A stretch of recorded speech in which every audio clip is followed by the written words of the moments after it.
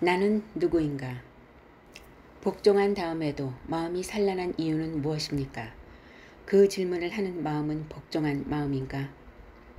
세상을 살아가는 저희들로서는 저희들 앞에 닥치는 여러 가지 괴로움을 어떻게 극복해야 될지 모르는 때가 많습니다.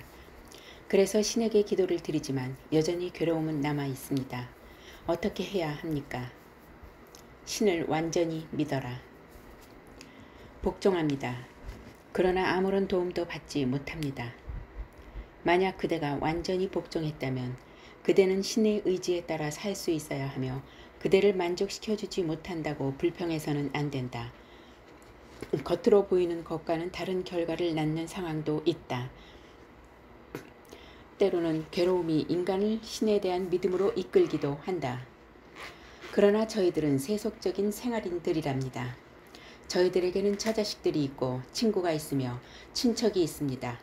저희들은 그들을 무시할 수 없고 저희들 각자 개인적인 부분을 남겨놓지 않은 채 완전히 신의 뜻에 맡겨버릴 수는 없습니다. 그대는 아직 내가 말한 것처럼 복종하고 있지 않다. 그대는 신을 신뢰해야 한다. 신에게 복종하라. 그리고 신이 나타나든 사라지든 그의 의지에 따라서 살아라. 그가 기뻐할 때까지 기다려라.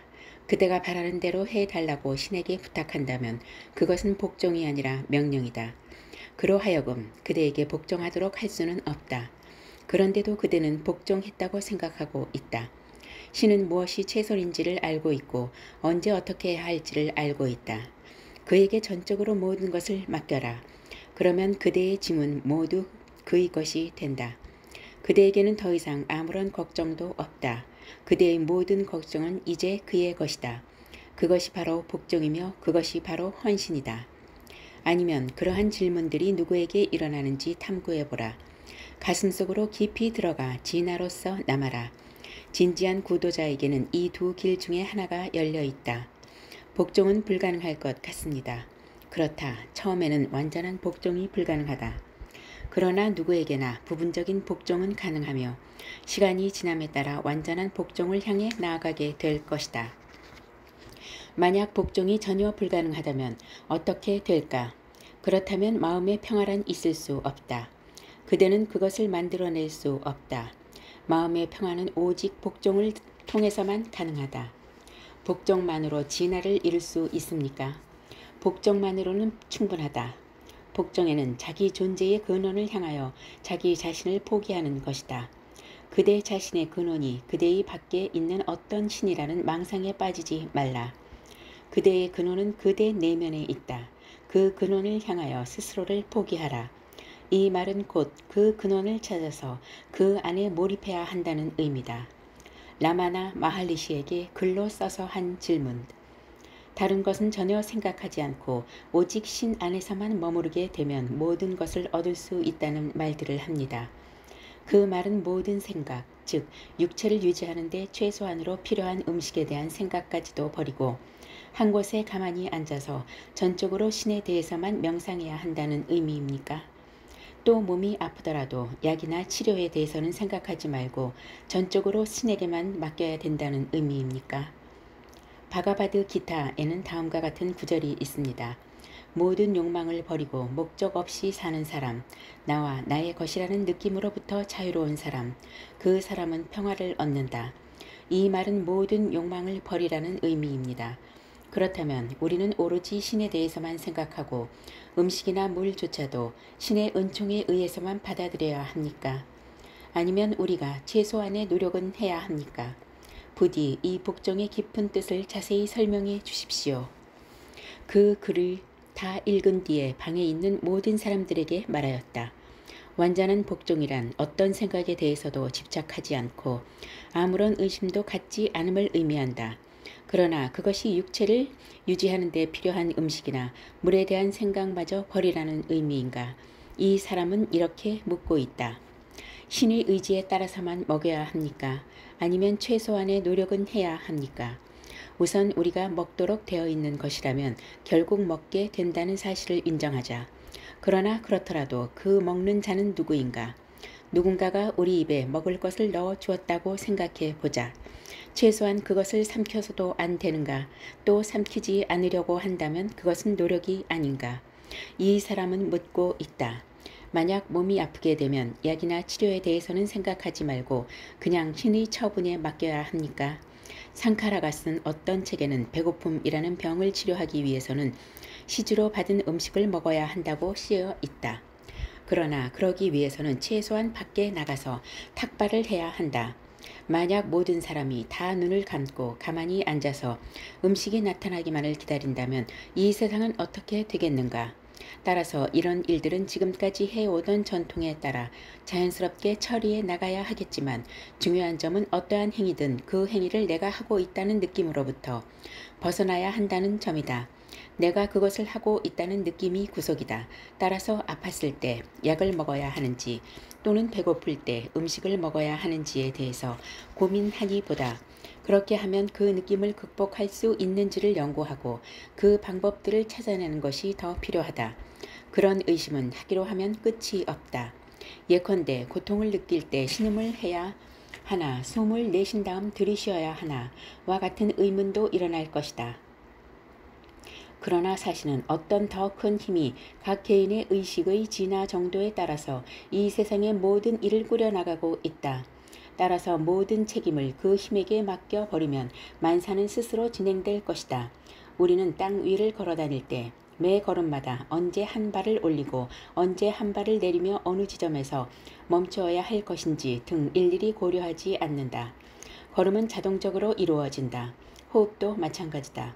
어떤 특별한 노력 없이도 들숨과 날숨은 계속된다. 삶도 마찬가지이다.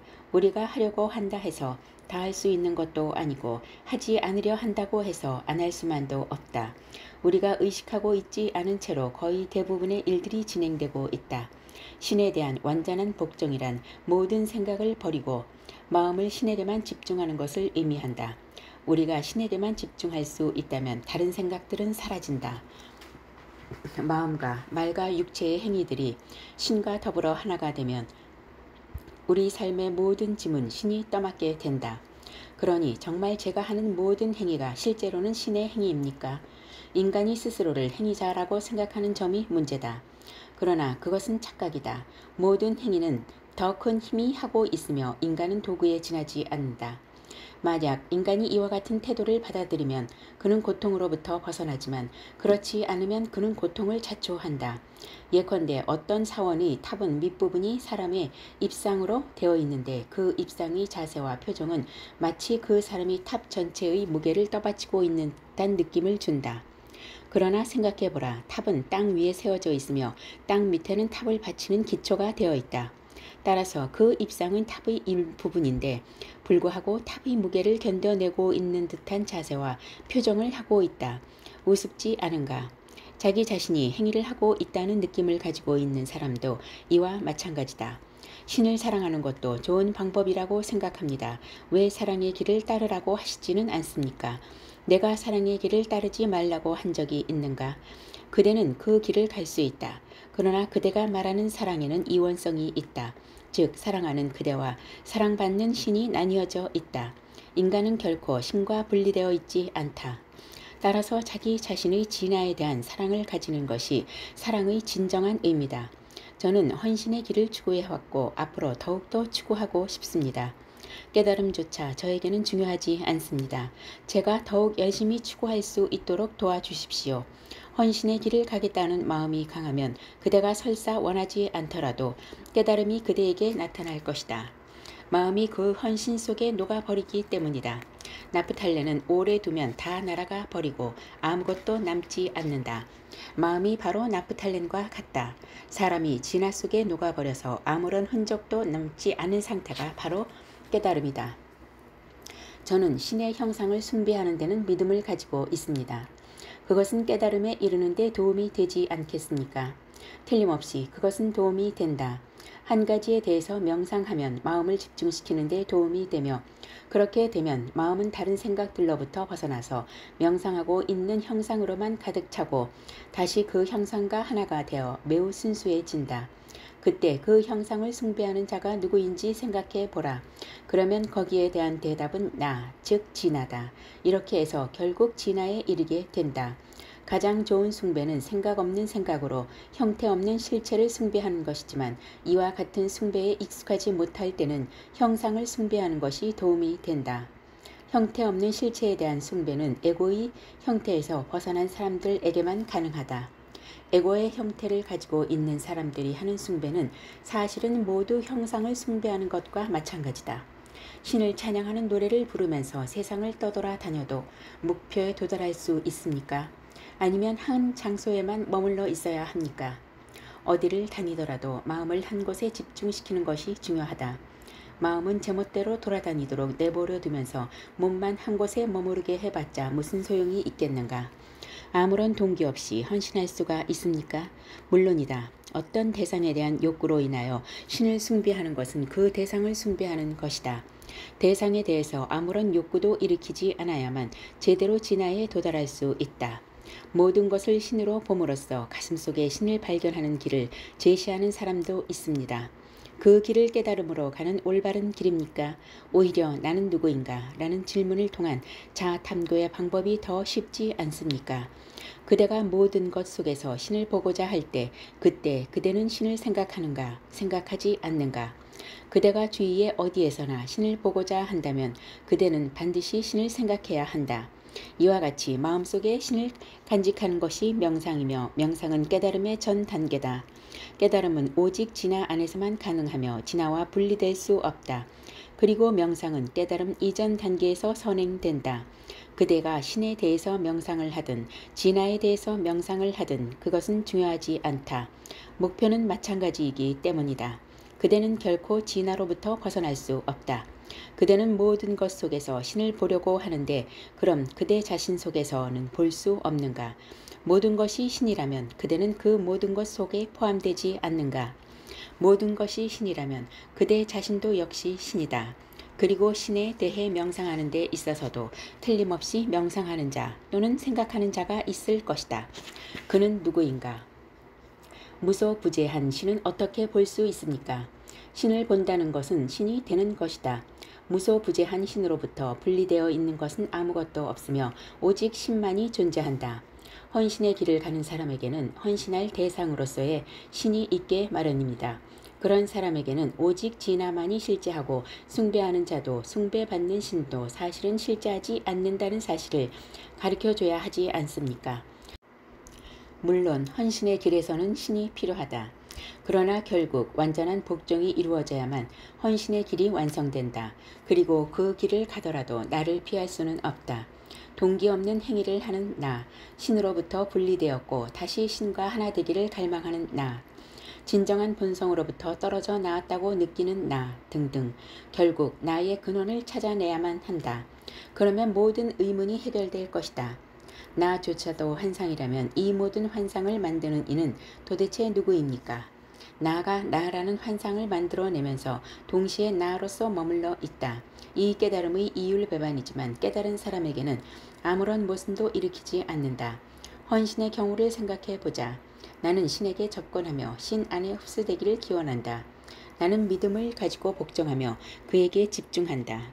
그 다음에는 무엇이 남는가? 원래의 나가 있던 자리에 그 나는 사라지고 완전한 복종에 의한 신의 자치만이 남는다. 이것이 바로 가장 높은 차원의 헌신이요. 복잡이며 무집착이다. 자기가 소유하고 있는 것 중에서 일부만을 포기하기는 쉽지만 자기 자신을 포기하기는 어렵다. 그러나 만약 자기 자신을 포기하면 일시에 모든 것이 포기될 것이다. 소유의 씨앗이 사라질 것이다. 이렇게 되면 비본질적인 것은 뿌리가 뽑히고 싹이 잘려진다. 이를 위해서는 철저하고 냉정해야 하며 마치 물이 빠진 사람이 숨이 막혀 수면 위로 떠오르려고 발버둥 칠 때와 같은 맹렬함이 있어야 한다.